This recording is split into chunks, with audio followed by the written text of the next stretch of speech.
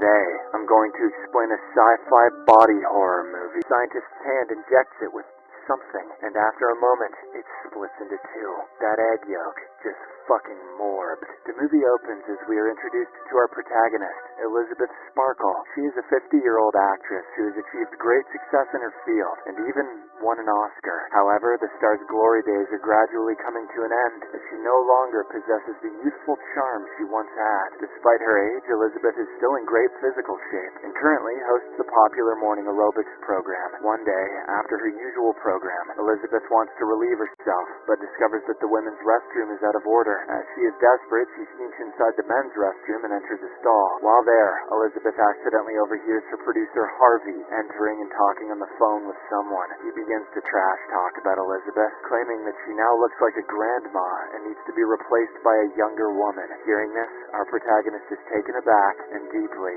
disappointed. Later, we see Elizabeth and Harvey having lunch, where he is disgustingly devouring shrimp. During the meal, he asserts that he has to give the audience what they want, and casually mentions that he intends to fire her. This devastates Elizabeth, and she leaves without saying anything. On the way home, she notices some workers tearing down a billboard with her picture. She becomes so upset that she loses focus and ends up wrecking her car. Sometime later, Elizabeth wakes up in a hospital without any major injuries. A doctor tells her that his wife is a big fan of hers, but the frustrated actress can't hold back her tears. Observing this, a young and attractive male nurse approaches her and tries to comfort her. He examines her back with interest and mutters to himself that she's a good candidate. Afterward, he hands her jacket back and assures her that she's fine. During this interaction, Elizabeth notices a peculiar birthmark on his hand. Later, when she leaves the hospital, Elizabeth discovers a USB drive in her jacket, along with a note that reads, "It changed my life." Upon returning home, she plugs the USB into her TV,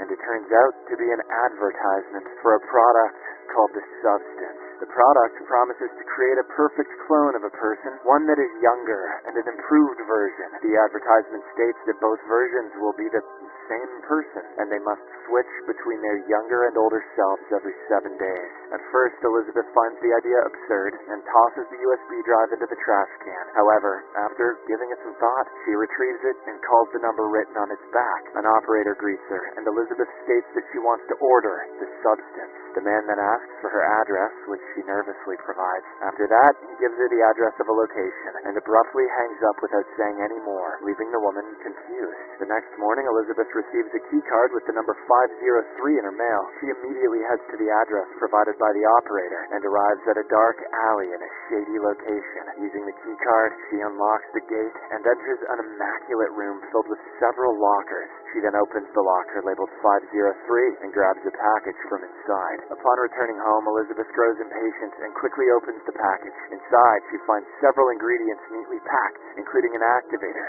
stabilizer, a switch kit, and food for both versions. There are also instructions stating that the stabilizer must be administered daily and taken from the primary person. Most importantly, the two must switch places every 7 days without exception, and they must always remember that they are one person. It's a little bit like Gremlins, but so much more fucked up. Next, Elizabeth heads to the bathroom and injects herself with a green liquid, which is an activator. This causes her pupils to split, and she groans in agony as her back begins to rip apart. Elizabeth soon loses consciousness, and we see a whole person emerging from her back. It turns out to be a young and attractive version of Elizabeth. She seems to understand what is happening, so she quickly sews up the back of the older Elizabeth. Shortly after, as the young woman is taking a shower, she feels dizzy and also has a nosebleed. This makes her realize that she has to follow the instructions or else she'll die. Hence, she quickly extracts stabilizer fluid from Elizabeth's spine and administers it into her, making her feel rejuvenated. The next day, the young woman notices an ad in the newspaper placed by Harvey looking for young and attractive women. She decides to give it a shot and soon arrives at the audition wearing a swimsuit. There, she delivers a stunning performance and introduces herself as Sue, which impresses the horny judges. The young woman immediately captures Harvey's attention as well. He seems enchanted by her beauty and hires her for the aerobics show. Sue then informs him that she won't be available every other week because she has to take care of her sick mother. However, the perverted producer is unwilling to lose her, so he agrees to adjust to her schedule. The next day, Sue has a photo shoot, after which billboards featuring her image adorn the streets. She then spends the rest of the week rehearsing and updating her wardrobe. However, the week soon comes to an end, and according to the rules, the two must switch bodies. Therefore, she heads to the bathroom and exchanges consciousness with Elizabeth using a switching kit. Moments later, she passes out while Elizabeth finally awakens. The older woman is initially confused to see the strange girl, but she soon realizes that it is her own younger version. The next day, Elizabeth goes to work, but Harvey casually informs her that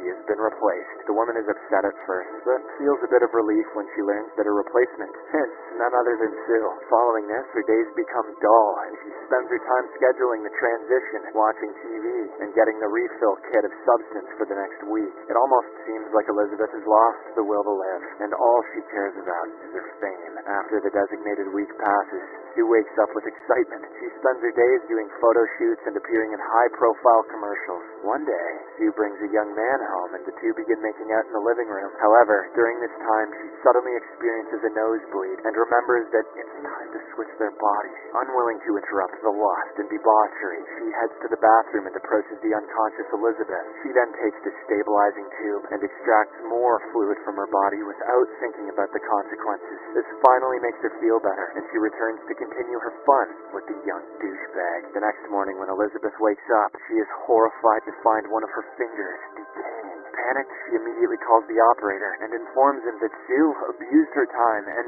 now her finger has decayed. She then asks how to undo this, but the man responds that both must strictly follow the rules and respect the switch of bodies. He tells her that there is no way to fix her finger, but urges them to be more careful from now on. In the afternoon, Elizabeth heads to a coffee shop where an old man keeps staring at her. She soon notices that the man has the same birthmark on his hand as the young nurse who treated her at the hospital. Moments later, some items fall out of his pocket, and Elizabeth spots a key card labeled 203, which looks just like her own. This makes her realize that the nurse from the hospital is, in fact, this old man. He then casually asks how she's doing, and Elizabeth replies that she's fine. The man reveals that soon their alternate versions will start consuming them, and it will become harder to remember who has the right to exist. He then asks Elizabeth if her younger self has started consuming her yet. However, Elizabeth becomes too scared to answer and hastily leaves the cafe. In the following week, Sue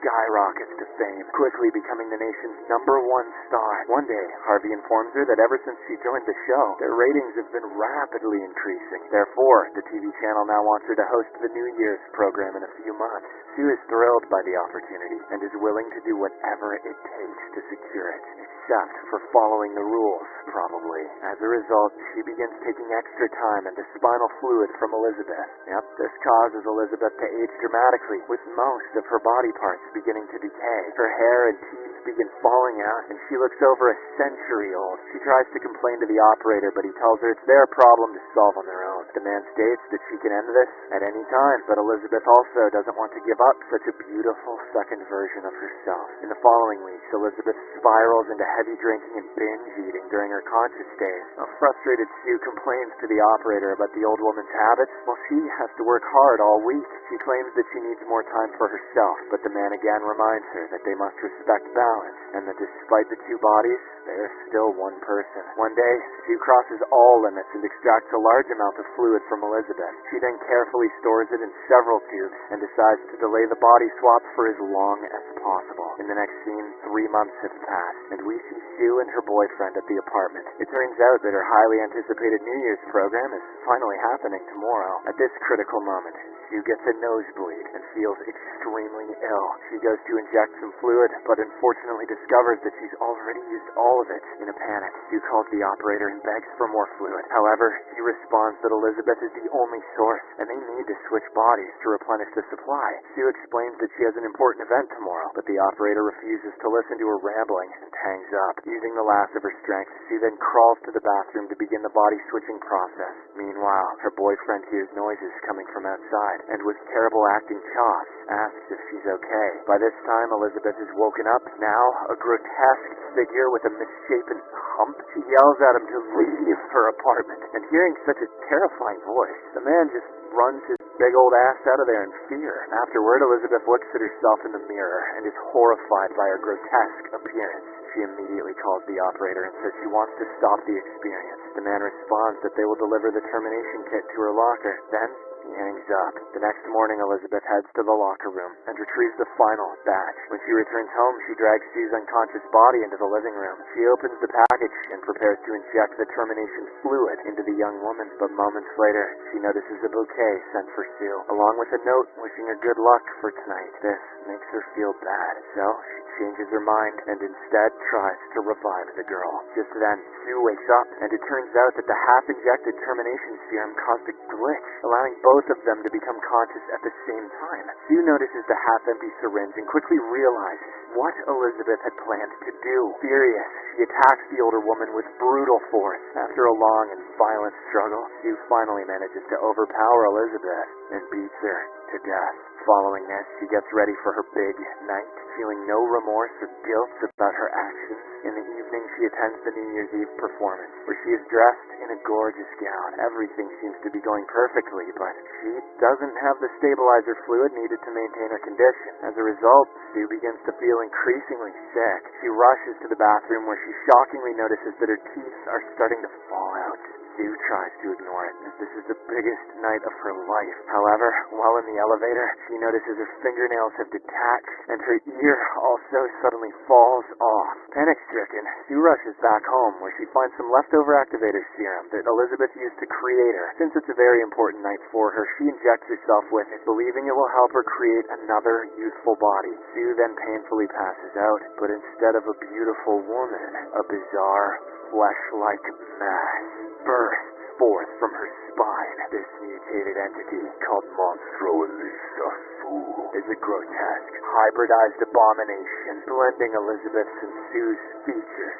It looks horrifying, with multiple eyes and arms, and even Elizabeth's face protruding from its back. This thing makes Professor Quirrell look like Carmen Electra. Despite her condition, Eliza Sue decides to attend the event and puts on the dress that Sue is wearing. She then cuts Elizabeth's face from the giant portrait, applies lipstick to it, and wears it to cover her own face. Next, she pierces diamond earrings into her disfigured flesh and styles her hair, which is, it's not really, Pleased with her work, she rushes to the event, ready to host the New Year's Eve celebration. The scene then cuts to the event where everyone is eagerly awaiting Sue's arrival. However, instead of her, the horrifying creature appears wearing Elizabeth's face as a mask, which leaves everyone flabbergasted. Regardless, she begins to address the audience, but soon her mask falls off as the crowd sees her grotesque face. All hell breaks loose, and they start calling her a monster. Most of them flee in terror, but one gentleman wields a baseball bat and hits Eliza Sue's head, causing it to